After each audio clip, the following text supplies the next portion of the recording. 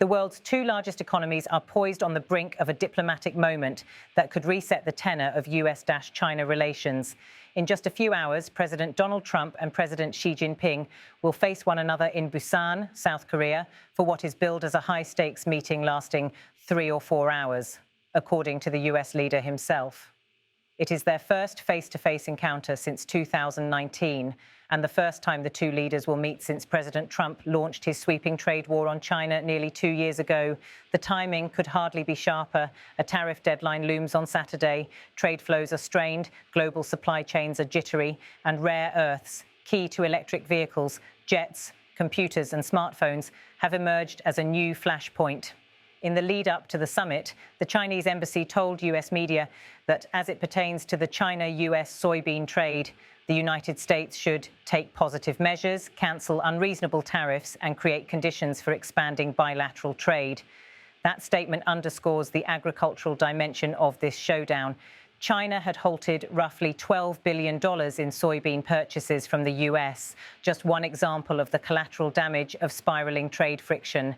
President Trump, for his part, has suggested that a framework deal is in place and that he will take it directly to President Xi. Yet observers ask, what actual concessions will the US secure that date back to the tariff escalation in February when the president first ramped up duties on China? Those earlier moves triggered Beijing to impose additional export controls, for example, restricting which rare earth minerals could go to the US. Industries in the US reliant on these inputs, EVs, aerospace, semiconductors, have been watching closely. A lingering question, will China reverse or delay those controls? And will the US respond with meaningful tariff relief? Agriculture is only one of many fronts. In April, the US increased tariffs to as high as 145% on Chinese imports. China retaliated with tariffs up to 125%. Earlier this year, a provisional truce brought the tariff level down to about 55%, but the landscape remains volatile. Now President Trump has floated lowering a 20% fentanyl tariff on China, while making clear that these tariffs remain very high. At its core, these talks are a reality check on what the US and China are each prepared to give and take. The rare earth issue in particular is a massive leverage point for China. By restricting exports, Beijing holds cards that span not just bilateral trade, but global technology supply chains. Experts argue that in emerging economies, China is adopting a model of escalate to de-escalate to press the US into concessions. But the US is not negotiating from a position of strength. According to analysts, China has solidified its grip on raw materials, bolstered its military and political power at home, while Washington has been hamstrung by domestic gridlock and now faces this summit in a less favorable visual narrative. Still, neither side appears keen to back away entirely. The messaging from Beijing is cautiously constructive. We are willing to make joint efforts with the United States to promote the positive results of this meeting and provide new guidance and impetus for the stable development of China-US relations, a spokesperson said at the Chinese Foreign Ministry. With the world watching, President Trump arrives in South Korea carrying ambitions of a political win, securing US agricultural purchases, reducing tariffs, and maybe posting a headline outcome. China arrives looking to reinforce its stance and extract more favorable terms. Either way, the summit will offer a rare moment of clarity in a complex web of strategic and economic competition. In the next few pages, we unpack the contours of what is on the table, what each side risks, and what a deal or lack of a deal means for the global economy.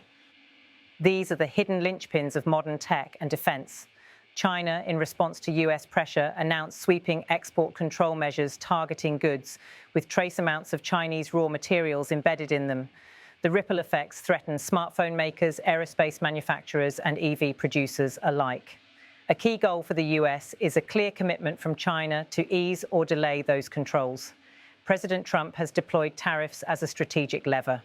Earlier this year, the US raised duties to 145% on Chinese goods. China fought back.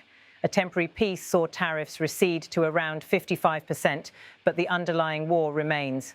The US has floated, reducing the 20% fentanyl tariff in return for Chinese cooperation. The key, will China reciprocate with commitments that justify relief?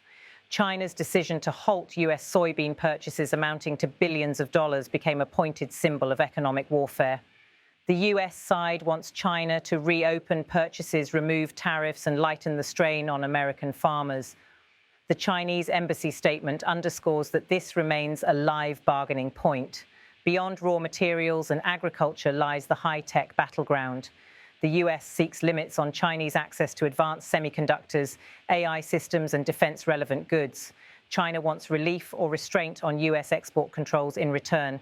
This is about capability, dominance, supply chains, and future industries. Yes, trade is center stage, but other issues lurk beneath. The US wants China to clamp down on fentanyl precursor flows, reduce purchases of Russian oil, press Russia on Ukraine. China may seek signals on Taiwan, US military posture, and diplomatic recognition. While some of these may not be explicitly on the agenda, they form the subtext. A bad deal or no deal would signal weakness in Washington's policy toolkit. American industries want clarity on supply chains, farmers want purchases, the tech sector wants access. If the US simply waives relief without firm commitments from China, critics will say the US paid with little return. Beijing has shown that it is willing to play hardball, from rare earth controls to export restrictions. But the Chinese economy is also not without vulnerabilities: high youth unemployment, domestic consumer weakness, and dependence on export markets. If international backlash against Chinese control rises, especially from Europe, the long-term price could be steep. Markets are jittery.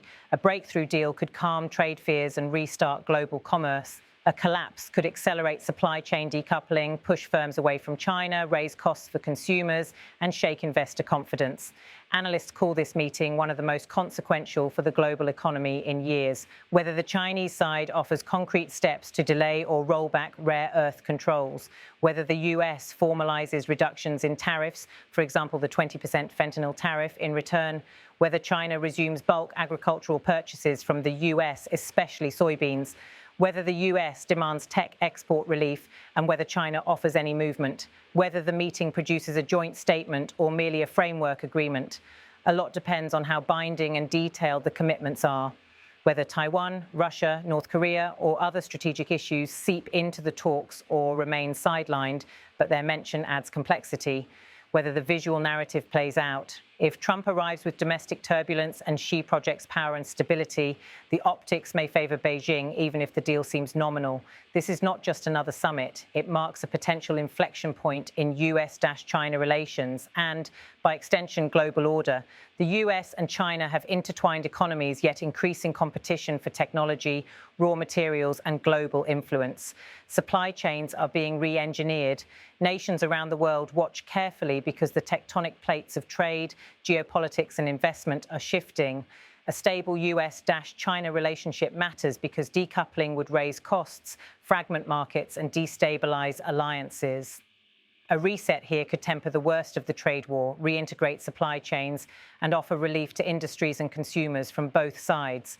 For China, it could validate a strategy of pressure and patience. For the US, it could mean a victory or a retreat, depending on how the deal is viewed. The two leaders meet under the glare of high expectations and low trust. President Trump says the meeting will be very good and expects a good deal.